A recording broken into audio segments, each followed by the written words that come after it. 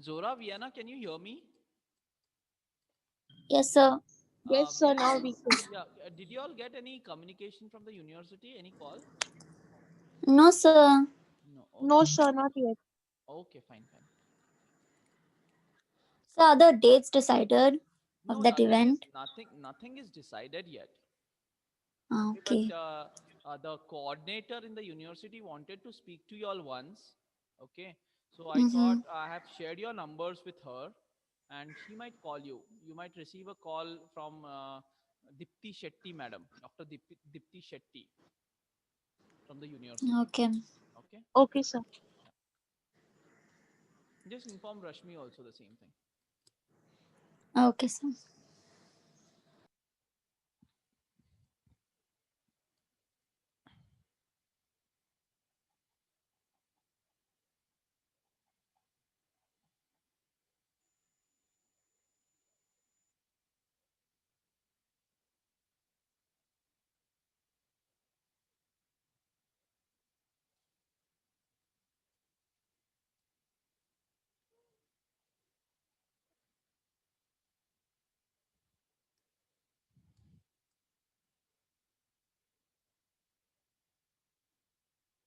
Okay, we'll just wait for some time for people to join.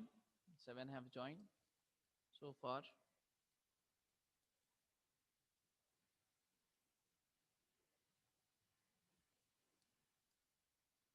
And why was the strength less yesterday?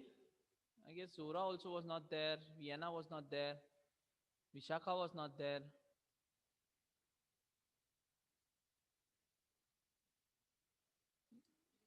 Yes, Zora, Yes, sir. you were there in the morning yesterday for service marketing. Sir, I was there, but I guess I joined late because of some network issues. Okay, Vienna, you were there. No, sir. I woke up late. Very good. Vishakha, Vishakha, Yes, sir. were you there Yes, sir. yesterday morning? No, sir. Why? I was not there. So I'm not feeling well. Okay, it's okay. It's okay. Tanas, Pragati, you were there yesterday. No, sir. No, very I was good. not there. Sanket, obviously not. Yes, sir. You were not there yesterday. हाँ sir. Very good. Not well, right? Even Tanas was not there. Yes, sir. I was out. I was in the register office. Great. Okay, can you all come in the video mode, everyone?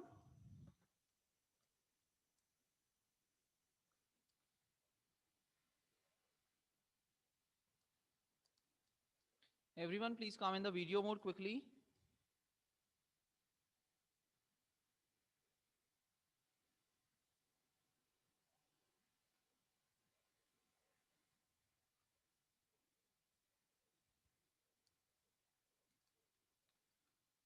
Okay.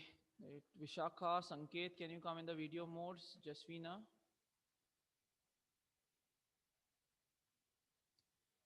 What happened, Jasvina? Where are you? Are you working for a fire brigade?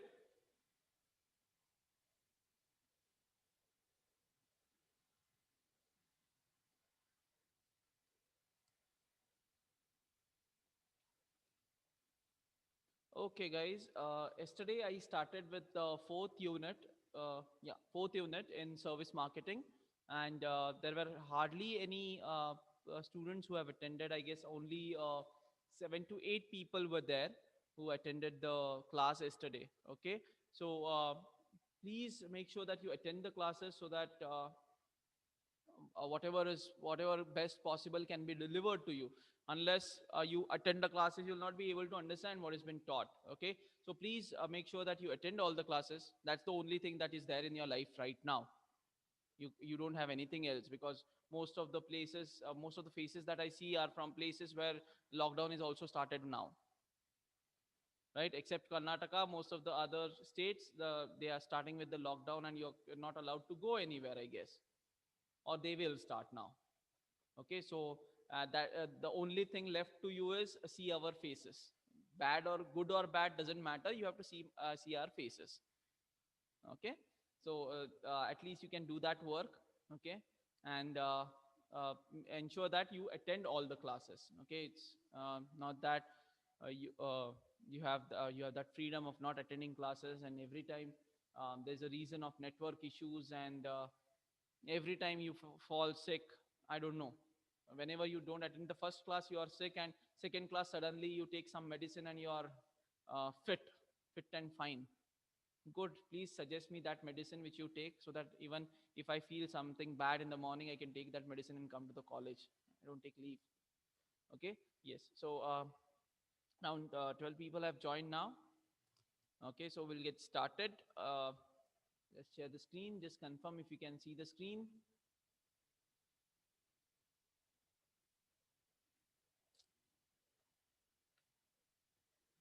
Okay, yes. Yeah. Is the screen visible, guys? Is confirm? Yes, sir. Yes. Okay, thank you. Okay, so I'll just revise or just briefly tell you all what all we did in the previous class. Okay, so we have started with this employee and customer role in service. You can off your videos now, not an issue at all. Okay, but make sure that you are there. Um, um, Offing your video doesn't mean that you just go out. Okay, I may ask you any questions anytime, because we are trying to relate this to whatever you have learned so far. Okay, so we have discussed about employee and customer role in service delivery. What are the roles played by the employee, what are the roles played by the customer in the delivery of the service, and what leads to gap 3. Okay, then I just thought that I'll just go through the gap model once again, okay, before we start with the actual syllabus. Okay, I thought I'll just go through this. So this is the gap model that we have already studied, that you have already studied in the previous classes, which talks about gap 1, 2, 3, 4, I guess 4, but I don't know whether you've studied this gap 5. Okay, that is the gap between the perceived service and the expected service. Actually, there are 5 gaps. There are 7 gaps, but 5 are the most common gaps that you study. Okay, so after studying this, you have already studied gap 1 in detail, gap 2 in detail. Now we are going to study gap 3. That is the gap between the uh, quality specification and quality delivery or service delivery. Okay, service specification and service delivery. Okay, so we try to understand what is gap 3. So as I said, it is the gap between the service quality specification and service delivery. Okay, then we went on to know why this gap arises, what are the reasons why gap 3 arises. Okay, there are 5 reasons. 5 most common reasons is ineffective recruitment. The people you have recruited are not effective enough to deliver what has been specified. Then there is a lot of ambiguity and conflict as per the roles that has to be paid, or roles played by the frontline staff, or the quality of services that have to be delivered is not clear. So there is a lot of conflict between the type of service or the roles that they have to perform. Then failure to match supply and demand. Sometimes there are more people providing the services, sometimes there are less service providers or the frontline staff, and that creates a problem of supply and demand. Next one is customers not fulfilling the roles. Yes, it's also the customers who play a very important role in service industry. Okay, they have to follow the instructions given to them. If they follow the instructions, I guess then only the service can be properly provided. It's not only the responsibility of the provider to provide the service, but it is also the responsibility of the customer to take the service in the right way. Okay, so adhere to all the rules and regulations, especially when you go on a plane or a train, or you're traveling by train, or you are in a hostel or an hospital. Okay, there are certain rules, regulations which are already been specified. If you follow them, then only the providers would be able to provide proper services. Okay, in institutions, in colleges. Okay, I took this example yesterday also. There are people now, we are ready to provide services, we are ready to teach you, but if students are not there for the classes, then how are we going to provide that service? Okay, so that may lead to gap 3, because whatever is the specifications, we are not giving the services as per the specification. Okay, the quality of service is not delivered as per the specification because of the customers are not interested, let's say. Okay, so that is another issue with, or reason for gap 3. And one of the reason is lack of training also. Excuse me. Lack of training, in the sense the frontline staff who is actually providing the services or delivering the services, they do not have proper training as to how do they really perform their duties, roles and duties. So that also leads to gap 3 because of training. Okay, now I had stopped here, so I'll be starting with this again. Okay, though I had come to acknowledging customers role, but let me start from the beginning itself. That is the strategies for closing the gap. How do you reduce this gap 3? Okay, that is the gap between the service specification and the service delivery. How do you bridge that gap? How do you reduce the gap? लागले पप्पाच्या इकडे औषध पिढीचा चांगला आहे song Vishaka, mute. Okay, thank you. So next is first is managing service employees. Okay, because we have seen the reasons. Employees is the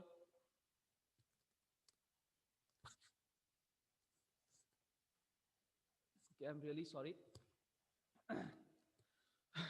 Okay, so employees is the main reason why there is a gap 3, because they are not able to deliver what has been asked to deliver. Okay, so employee become a very important part of this particular gap, and managing them is an important task. Okay, who is this? Have water. Okay, yeah, thank you. Okay, so managing we have to manage these people properly who are actually providing this frontline services. Okay, who are at the front line to provide the services. Those people have to be managed properly. So how do you do that? First is make employee understand their role. What are they for? What is their role? That has to be properly understood. That has to be made understood to those people who are working on a front line. This is what you need to do. These are your roles. These are your responsibilities. Properly identified, properly defined roles and responsibilities should be there to these frontline employees. If they know their role properly, if they know their responsibilities, then only they will be able to deliver it in the right sense. Okay, so that is one. Then manage conflicts between customers and management. Sometimes it happens, there is a management at the behind and there is a customer in front of you, and you are the frontline staff, and there is a conflict. Like, let's say yesterday, if you remember, I took an example that in a hotel, the management said that you will be getting uh, uh, breakfast, lunch and dinner, all the three. But when the customers came in, they got only the they were able to get only the breakfast and dinner. They were not given lunch at all. Okay, or lunch was not provided free of cost. Now this is a problem between the management who had specified it and the customers who did not get it. Now, but who has to face it? The management doesn't face it. It is faced by the frontline staff. Now this frontline staff has to be properly, has to properly resolve this conflict between the management and between the customers. They cannot just blame the management and said, okay, they had promised, but they are not giving it. Or they cannot blame the customers like they are over demanding certain things. Okay, so that is not the way to handle them. This conflict has to be properly handled. You have to be a mediator over there. So these things also need to be taught to these frontline staff as to how to handle conflicts between the customers and the management. Okay, next one is, okay, I'll give you another example. Okay, like let's say you have booked an airline ticket. Okay, and by something, by some mistake or mistake from your end or from the airline end, okay, you wanted a particular class of seat, but let's say you were looking for a economy class, or a business class, but they gave you economy class. Okay, now that's the problem with the management. Okay, because the management has developed that system and the management is responsible for it. You are a customer, but what do? You don't call the management, you don't call the chairman or the managing director or the CEO of that particular airline in the airline company. You will call the customer care. Now customer care becomes the frontline employee of that particular airline industry or that airline company. Okay, you start shouting at that particular customer, you start blaming the management, etc., etc. Now I cannot, as suppose I am that customer care officer, I cannot start let's say using the same words and start blaming the management and say, oh sir, it's not my fault, it's the management's fault, and I cannot do anything and all those things. I cannot do that. Or neither can I say, sir, no, it's your fault, you have selected a wrong option and all those things. That doesn't work in a service. Okay, in a service, the frontline staff has to be very active, proactive in resolving these conflicts. He has to take into consideration the complaint of the customers, he has to take into consideration the constraints of the management, and then resolve the conflict. So that is how conflict resolution can be done between the customers and the management. That is what need to be taught to the frontline employees or the frontline people who are providing services. Then maintain external and internal customers. Okay, external customers are the customers who visit your organization from outside, you know about it. But internal customers are the customers within the department. Okay, as I yesterday, if you remember, I took an example of a hospital where there are nurses which form one department. Nursing department is one thing, and the pharmacy or pharmaceutical department becomes another department. Okay, so there should be a proper give and take or proper communication between these two departments, because when a nurse comes to the pharmacy, she has to be properly treated as a customer, as an internal, though it's internal customer, as a customer, and given proper medicine so that those medicines reach the patient in time. So treating the internal customers properly is very important. Okay, on the other hand, the nurses also need to have proper communication with the pharmacists. Okay, they cannot just go and shout and get the things done. Okay, they need to go talk to them, get the things done in a nice way. Okay, they have to interact in a nice way and then get the things done so that the patient is at ease at the receiving end. Okay, so this is how we have to maintain proper external and internal customers. Okay, let's take another example of a hotel. Okay, a hotel where there is waiters, that is one department of serving, and another department is the chef who is cooking. Okay, and if there is no proper communication between these two internal parties, internal customer, because the service department staff becomes a customer of the cooking department staff, because the cooking department cooks the food and delivers it to the service department. The service department has to deliver it to the customers, the external customers, right? So if there is no proper coordination between these two parties, that is the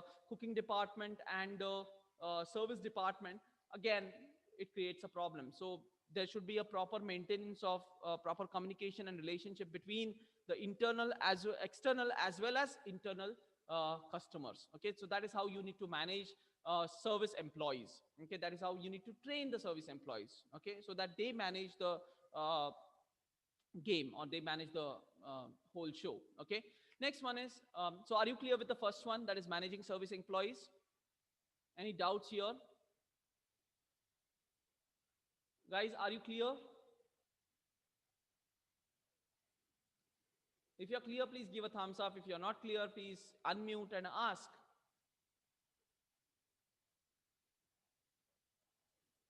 Okay, great.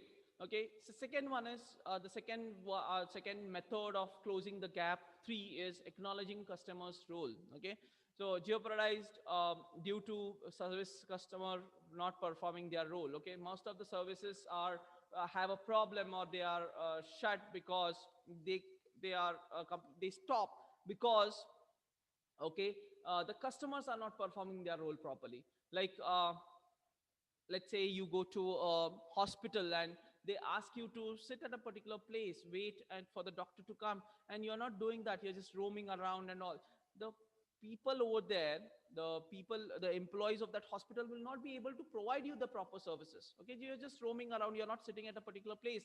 Doctor comes and the appointment starts and your appointment is gone. Now what is your role as a customer, as a patient? Your role was to sit at the assigned place so that you get the services properly. You are not doing that. Okay, so that entirely jeopardizes, basically disrupts the entire service delivery system. Okay, and then later you come back and you start shouting, it was my number, and all those things happens. Okay, so that is a problem. So the customer's role has to be properly defined, and the customers also need to perform their role in the righteous manner. Okay, so jeopardized due to the service quality is jeopardized due to the service customer not performing their role, and heterogeneity in service delivery. Now, what is this heterogeneity of service delivery? Can anybody tell me? We have a word called as heterogeneous, and we have a word called as homogeneous. So can somebody tell me the difference between what is a homogeneous and what is a heterogeneous?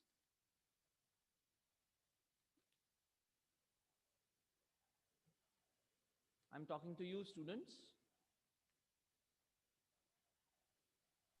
So homogeneous means same, Okay, and hetero means different. different, right? So can Yes. Dhanashree, you're right. Whatever answer you get is absolutely right. So can you tell me how is it related here, heterogeneity in service delivery? Hmm. Any guesses is fine, Dhanashree. Okay, Yes, sir. understand one thing, your faculties change, so I am not going to punish you for wrong answers or for giving random answers. You can answer anything you want.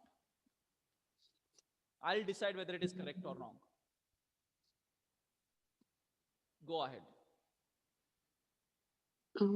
So quality of the service.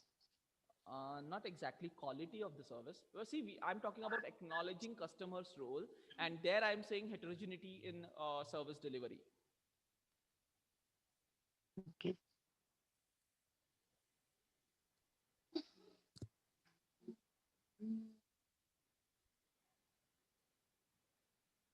So no idea. No idea. Anybody else? Anyone else want to give a try?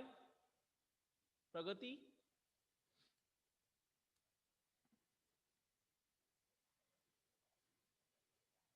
Meghna?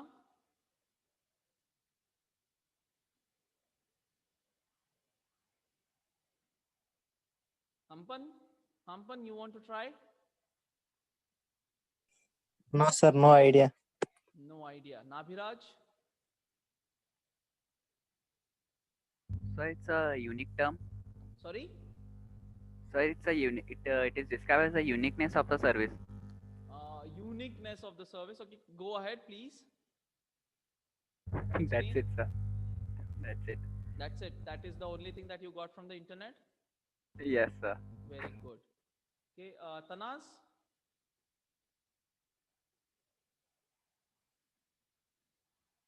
Tanaz, you're there?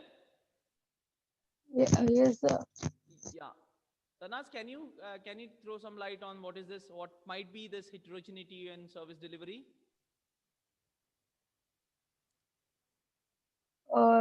services will be different. I mean, the quality and everything will be different.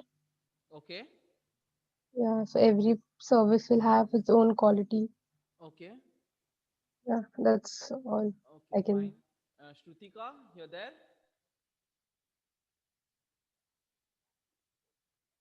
Shrutika, are you there?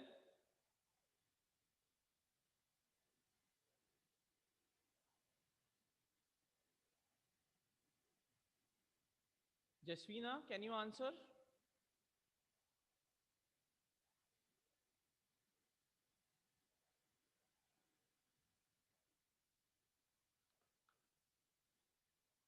What has happened, guys? Jasvina, Shrutika, you're not there. Should I mark you all absent?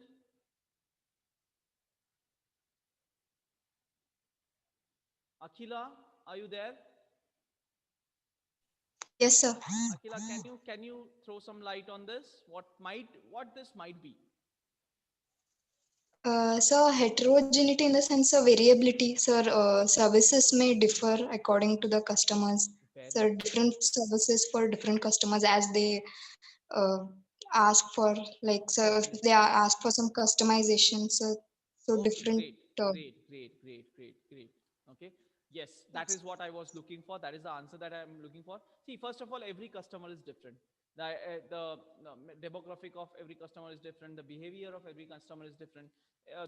We cannot treat each customer as same. Okay, so the quality of service or the type of service is not quality, but the type of services that I'm providing should be heterogeneous. It should be different from for different customers. Okay, I cannot have same kind of service to each and every customer. Okay, for example, let's say I cannot teach in the same manner to everyone. Okay, though in the class I have to do it, but I have to consider the behaviors of each and every individual. I have to consider what kind of student are you. Okay, let's say Dhanashri is one kind of student, Hampan is another kind of student, Akila is another kind of student. They understand things in different ways. So I need to balance between how Dhanashri understands, how Hampan understands, and how Akila understands. Okay, now don't be tense. Okay, these are the names that are there in front of my on the screen, so I just took those names. Okay, yeah. So I cannot just put my services into one particular box and say, okay, this is the service and this is how it is going to be provided. I don't know how you are, I don't know how you perceive it. Okay, you might understand, you might do not understand. It doesn't matter to me. That cannot be done. So it is heterogeneity in service delivery. I need to vary my service according to the needs of the customers. Okay, because it is intangible, guys. You cannot define. Okay, a product cannot be changed. Okay, a washing machine of let's say 5.5 kgs front load LG washing machine, it cannot be different for different customers. It's a product. It is same. That product will remain the same. If you want it, if you want to buy it, you buy it, or you go for some other product or some other model. Okay, but that doesn't work with services. Service has to be mended as per the needs of the customers, though you cannot go beyond a particular limit. But yes, some variations in the services can be provided to make the service quality better. Okay, so that is again the role of customers. Customers role is also very important over here, because they cannot expect that I need to get special services every time. No, it's not possible. Okay, it's not possible to teach each one of you individually. I have to teach it in a group, and I cannot teach it in the way one person want. I have to teach it in the way which most of you understand. Okay, so that is what heterogeneity of service delivery talks about. Okay, so if I have that heterogeneity in the service delivery, then only I'll be able to meet the expectations of the customers or deliver the service in a proper way. Okay, next one is controlling service intermediaries. Now, intermediaries are basically people who are the middlemen in between the company who is providing the service and the customers. Okay, so managing them also becomes a very complicated process. Okay, because they are outside parties. First of all, let's take a simple example here. Okay, like Tata Motors. Tata Motors is a company, but Tata Motors do not sell cars to customers. It is the authorized dealers who sell the cars. Okay, so the service that is been promised by Tata Motors has to be delivered by these dealers. Okay, by these showroom owners. Okay, or the dealers. Normally we call them as dealers. Okay, so the dealers are intermediaries between the company who is actually providing the service and the customers. Okay, now if these intermediaries do not perform their work properly, if they do not provide the services properly, then that will have a negative impact on the image of the company. Okay, so it is very important to train the employees of that particular dealership. So what happens is, suppose Tata Motors is setting up a dealership, giving a dealership to a particular person in Belgaum. They first train the employees. Tata Motors themselves will train the employees of that particular dealer who will be working in that particular dealership. Okay, and then they will be allowed to give services to the customers. Okay, to ensure that whatever has been promised, whatever services are being specified, are delivered to the customers through this third party, through this intermediary who is a dealer. Okay, so that is another issue, that is controlling services of intermediaries. So process is complicated because it is outside party, and control and motivate. Okay, you have to control and motivate these intermediaries always. So you see a lot of appraisals happening, lots of awards given, okay, to the best dealer. Okay, then they give foreign tours and etc., because they want to motivate these intermediaries to perform their duties in a proper way, to provide the best services which has been specified by the company. Okay, they have lots of perks and perquisites given to these particular dealers in terms of, as I said, travels, in terms of money, in terms of awards, achievements, etc. Lot of things are given by the companies just to ensure that they are motivated to provide the right services in the right manner, which has been specified by the company. Okay, so that is what controlling service intermediaries is. And if you are able to control these intermediaries, yes, you are able to provide proper services and you are able to meet the gap or close the gap 3. Okay, next one is managing demand and capacity. Yes, demand and supply was one of the problem we identified, one of the reasons for gap 3 that we identified in the previous class. Okay, so we have to manage the demand and capacity in a proper way. That is the maximum use of the capacity. Whatever resources are available, you have to make maximum use of those resources. It should not happen that there are more number of customers and there are only few people to attend those customers, or there are many people attending the customers but there are hardly few customers who are coming in. Okay, so that should not happen. Especially in hotels, if you understand, every waiter has been given a particular table, or set of tables are given to a particular waiter. Okay, now you find that people, there are more number of waiters than, sometimes you see more number of waiters than the customers in the organization. That is a gap between the demand and supply. That creates gap 3, because whatever is the specification, you are not delivering that specification because lot of supply available. But sometimes what happens, there are less number of waiters available and more number of customers who are coming in, so the delivery of the services is delayed in the hotels. Okay, that also creates a gap, because you had specified that you will get timely delivery, hot food, etc., but you're not able to deliver it. Okay, because of lack of supply, you don't have people to provide that service, you don't have waiters to serve the food. Okay, so that creates a gap 3. So you have to manage the demand and capacity in a proper manner, charting demand patterns and predicting. These are some of the ways to do it. That is, you can chart the demand patterns. What would be the demand in particular way, on a particular day, what would be the demand? Let's say in hotels, which is located in a central market area, normally Sundays and on holidays, there would be more demand. So you have to plan your capacity in that particular manner. Okay, so you have to predict the demand. You have to find out the demand patterns on each and every day in case of hotels, maybe in case of hospitals, in case of let's say educational institutions also. You have to properly know the demand patterns, what could be the demand for a particular course, and accordingly your resources have to be deployed. Okay, if there is less demand, then you deploy less resources to that particular course. If there is more demand, deploy more resources to that particular course, so that your capacity is properly utilized, and that is how you manage the demand. Okay, so this will help you in reducing the gap between whatever service has been specified and whatever has been delivered. Okay, so that is how, so these are the strategies how we can close gap 3, that is managing service employee, then acknowledging customers role, controlling service intermediaries, and managing demand and capacity. So are you clear with these 4 things to close the service gap 3? If you're clear, again, please give a thumbs up so that I can go ahead with the next one. If no, you can unmute yourself, free to ask questions, no problem at all. And I would be really happy to take questions rather than just one-way communication every time, guys. Please, you can ask questions. If I don't know the answer, I'll say I don't know. But it's up to you to ask questions, please. So, are there any questions? Are you clear? Okay, again, there are only 15 people who are attending. I don't know why. Okay, fine. Next one is employee role in service design. What is the role that employee play in designing the services? Okay, so in service, there is a direct interaction between the service providers and the customers across many touch points. Okay, so who plays the most important role in providing services? It is the employee.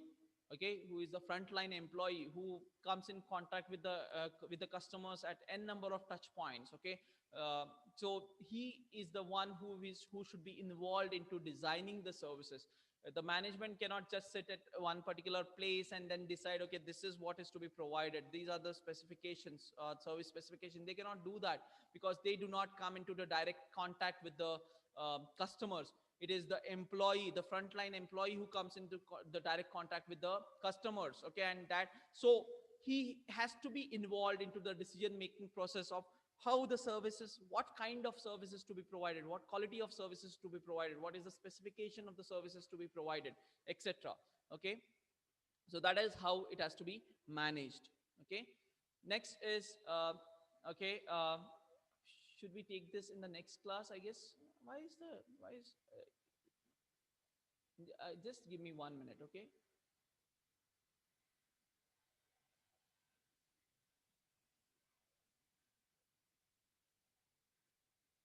Okay, guys, I guess we are done with the class. Okay, I guess the time is over. I don't know why it's giving us more than 40 minutes. But since you have a break now, okay, no, not break. You have a class now. Okay, Vaibhav Badgi sir's class is there at 10:30. It is actually 10:30. It's almost 10:38 now. Okay, so I'll stop the class over here. Okay, I hope you have understood whatever has been covered so far in service marketing. Guys, please don't be in a hurry to just end the meeting, but I hope you're understanding what has been taught, because there is a change now. Okay, I don't know how it was taught to you in the previous classes and all. Okay, I'm not going to compare it also, but this is the way I teach this particular subject. So I hope you're understanding how the way I'm teaching, or you're able to connect with, or you're able to imagine, because service is more about imagination. Okay, so you're able to imagine things and able to connect it with the reality or the concepts that I'm going to that I'm dealing with. Everybody's clear, guys? If clear, give a thumbs up quickly so that I can end the class.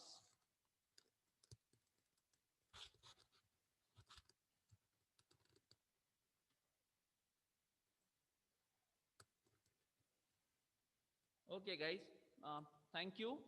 So we'll meet in the next class. Tomorrow we have a class, so I'll continue with the next part in the next class tomorrow. Okay, for the meanwhile, thank you and have a good day.